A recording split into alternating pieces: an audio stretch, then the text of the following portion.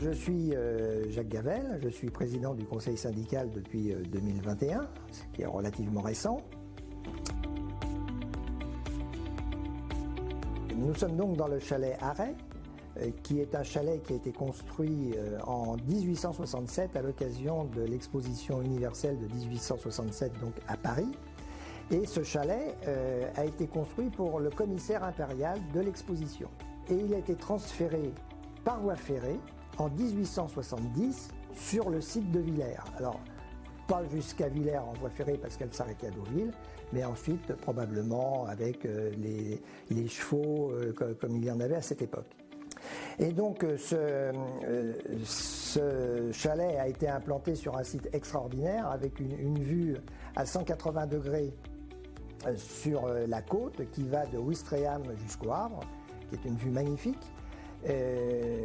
Et en 2009, la commune a dénommé ce bâtiment comme étant exceptionnel et doit être obligatoirement conservé et interdit à la démolition.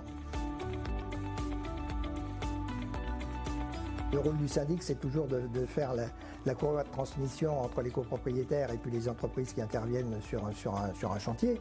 Et donc à ce titre, Christophe Pérez et Marie-Alix Strauss, qui a pris sa succession à un moment donné pour la gestion de la copropriété, a été extrêmement précieux. Avec IFNOR, on a tout de suite pu accompagner la maîtrise d'œuvre, donc Branelec et Bataille. D'abord, ils étaient présents aux réunions de chantier, ce qui fait qu'ils étaient complètement au courant de l'évolution du chantier, de ce qui se tramait entre la maîtrise d'œuvre et les entreprises.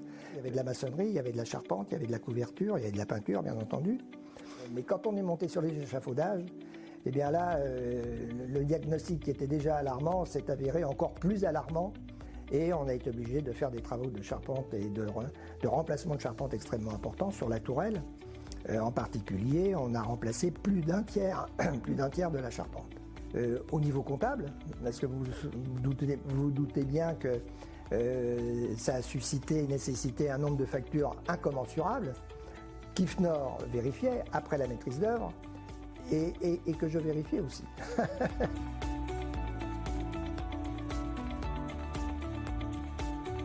Ça fait l'objet d'énormément de dossiers, présentation de tous les devis, validation par l'architecte des bâtiments de France qui officie à Villers, et on a obtenu le label qui permet une certaine défiscalisation des sommes qui sont données par chacun des propriétaires pour effectuer les travaux. Et j'en parlais récemment encore avec Christophe Pérez qui avait évoqué la rénovation de Miramar avec l'architecte des bâtiments de France et qui disait qu'il était remarquablement et agréablement surpris de la qualité de la rénovation qui avait été entreprise.